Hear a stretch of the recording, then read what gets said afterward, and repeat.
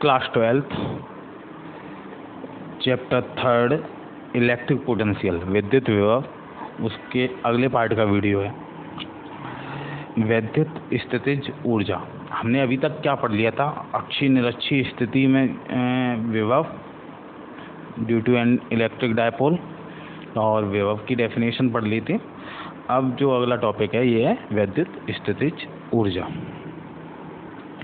तो आवेशों के किसी निकाय की वैद्युत स्थितिज ऊर्जा उस कार्य के बराबर होती है जो उस आवेश को अनंत से परस्पर समीप लाकर निकाय की रचना में किया जाता है। मतलब हमने विभव में क्या पढ़ा था कि अनंत से किसी आवेश को, धन आवेश को किसी इलेक्ट्रिक फील्ड में लाने में जो वर्क करना पड़ रहा है, किसी विद्युत क्षेत्र में लाने में जो वर्क करना पड़ रहा है, that is called electric potential, वह विद्युत विभव कहलाता है। ठीक है, तो जो कार्य करना पड़ रहा है वो स्थितिज ऊर्जा के रूप में संचित हो जाता है, क्योंकि हमने पहले डेफिनेशन पढ़ी हुई है एक छोटी क्लासेज में 9th-10th में, कि ऊर्जा की अगर हमें डेफिनेशन लिखनी है एनर्जी की, तो किसी वस्तु की ऊर्जा उसके द्वारा किए गए कार्य की करने की क्षमता के बराबर होती है। ठीक है, तो ऑब्वियस है कि कोई वस्तु कितना कार्य कर सकती है वो उसमें ऊर्जा के रूप में संचित रहता है। अब दो तरह की ऊर्जा होती है, स्थितिज ऊर्जा, गतिज ऊर्जा। तो कोई पार्टिकल अगर तेजी से मूव कर रहा है तो उसमें काइनेटिक एनर्जी होती है, और किसी ऑब्जेक्ट की पर्टिकुलर पोजीशन की वजह से जो उसमें एनर्जी होती है वो स्थितिज ऊर्जा होती है। तो यहाँ पे जो ऊर्जा होगी उस कार्य में, दैट इज पोटेंशियल एनर्जी, स्थितिज ऊर्जा होगी। ठीक है, तो जो भी कार्य किया जाएगा उस आवेश को अनंत से विद्युत क्षेत्र में लाने में, तो वो जो कार्य वो स्थितिज ऊर्जा कहलाएगा। एक तरीके से ये है। ठीक है, अगला पृथ्वी विभव के निर्देश के रूप में हम जानते हैं कि पृथ्वी का आकार बहुत बड़ा है।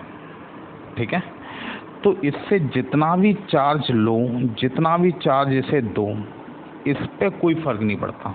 ठीक है, और चार्ज का एक बहुत बड़ा भंडार है। ठीक है, तो इसका जो पोटेंशियल है हमेशा समान बना रहता है।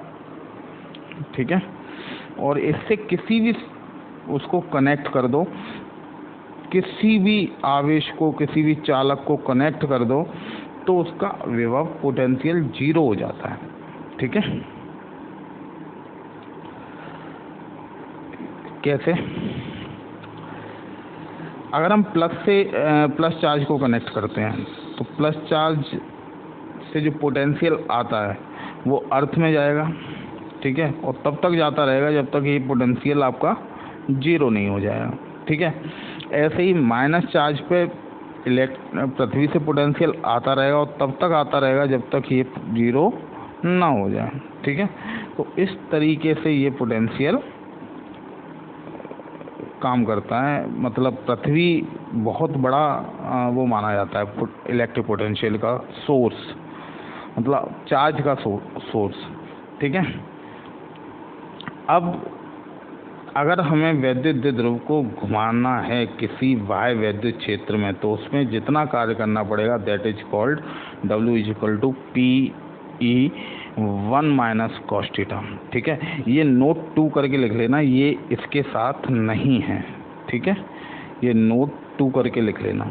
ठीक है, इस फॉर्मूले की ज़रूरत पड़ती है, इसलिए हमने इसे यहाँ पे लिख दिया है। ठीक है, ओके। अब हम अगले उस पे आते हैं, विभव प्रवणता। इम्पोर्टेंट टॉपिक है इस चैप्टर का एक और।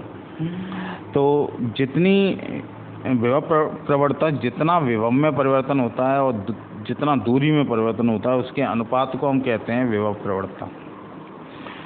कैसे? ये डेफिनेशन है, इसका मात्रक वगैरह लिखा है, विमाएँ लिखी हैं, तो आप ये नोट कर लेना। अब ये आया कैसे, इसको हम अब देखते हैं। विभव प्रवणता के तथा विद्युत क्षेत्र की तीव्रता में संबंध, या जो अभी हमने फॉर्मूला लिखा वो कैसे आया वो हम डिराइव कर रहे हैं। ठीक है,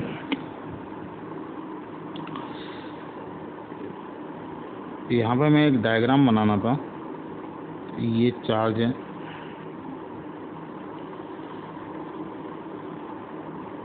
ठीक है, ओ पॉइंट है ये, और इस पे प्लस क्यू चार्ज है, प्लस क्यू चार्ज है, और इससे एक्स डिस्टेंस पे आपका एक पॉइंट है बी पॉइंट। कौन सा पॉइंट है? B point. ठीक है, और इससे बी पॉइंट से करीब डी एक्स डिस्टेंस पे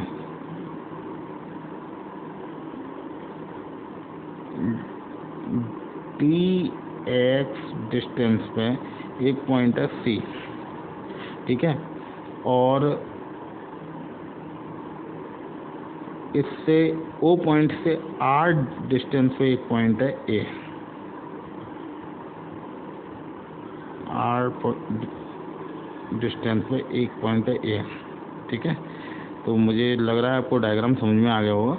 ओ पॉइंट से ए पॉइंट की डिस्टेंस है आर, ओ से बी की डिस्टेंस है एक्स, और बी से सी की डिस्टेंस है एक्स। तो इस पे जो फोर्स होगा उसकी डायरेक्शन किधर होगी? बाहर की तरफ होगी। ठीक है, तो ये हमने फोर्स इंडिकेट कर दिया एफ से।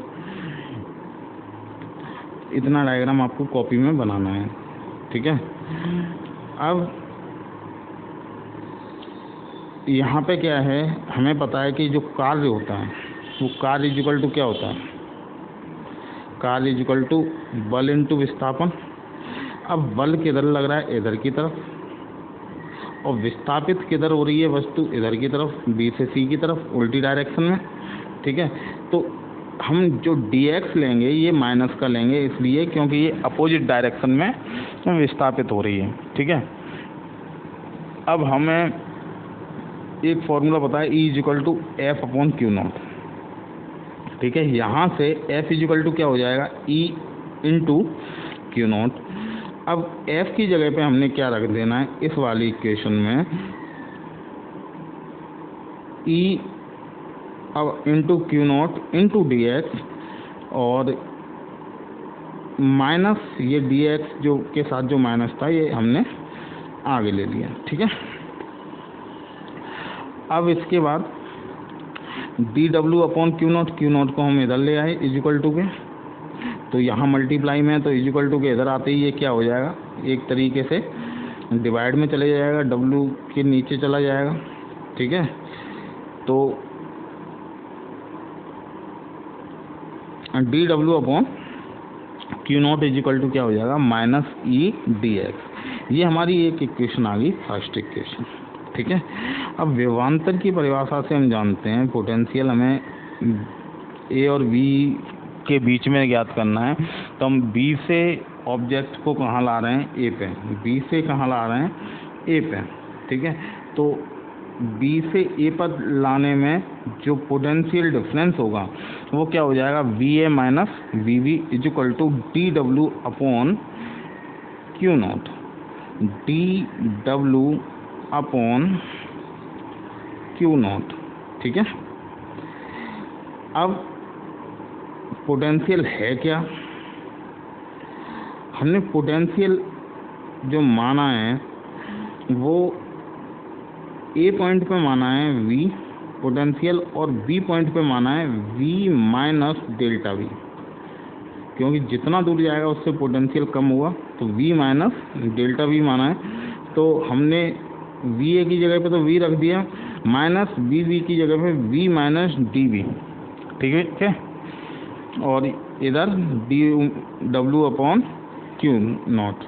ठीक है, अब माइनस का जैसे ही मल्टीप्लाई करेंगे तो v माइनस का हो जाएगा, q प्लस का हो जाएगा, v प्लस माइनस के ख़त्म हो जाएंगे, और क्या हो जाएगा? dv equal to D W upon Q naught. ठीक है, केवल कितना बचेगा?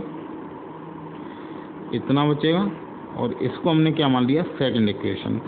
अब हमने dW/Q0 की वैल्यू यहाँ पे पता है फर्स्ट इक्वेशन से, तो यहाँ पे dV इक्वल टू क्या हो जाएगा, माइनस E/dx, और यहाँ से हम E की वैल्यू निकाल लेंगे dV/dx माइनस का, ठीक है। तो यही विभव प्रवणता का आपका फॉर्मूला था, आप देखेंगे ध्यान से तो आपको पता चल जाएगा, dV E equal to minus dV/dx, ठीक है। ये देखिए विभव प्रवणता equal to minus delta V delta x, ये डेल्टा और डी एक ही बात होती है लगभग, ठीक है। समविभव पृष्ठ अगला टॉपिक। अगर हम कोई एक सिस्टम लें जिसके सभी बिंदुओं पर जो चार्ज है वो इक्वल हो या पोटेंशियल इक्वल हो, एक सिस्टम के सभी पॉइंट पर, सभी सरफेस पर पोटेंशियल इक्वल हो, बराबर हो, तो वो समविभव पृष्ठ कहलाता है, ठीक है। तो ये समविभव पृष्ठ की डेफिनेशन है, और ये जो लाइन ऑफ फोर्सेज इससे निकलती हैं ये हमेशा परपेंडिकुलर होती हैं। समविभव पृष्ठ के प्रत्येक बिंदु पर वल रेखाएं पृष्ठ के लंबवत होती हैं, वल रेखाएं पृष्ठ के लंबवत होती हैं, ठीक है। तो इस तरीके से आज ये चैप्टर ख़त्म हो गया आपका। अगले लेक्चर से हम कल हम न्यूमेरिकल्स कराएंगे, और रक्षाबंधन के बाद से मंगलवार से हम आपको कराएंगे अगला चैप्टर शुरू, चैप्टर नंबर 4। तो ओके, थैंक यू।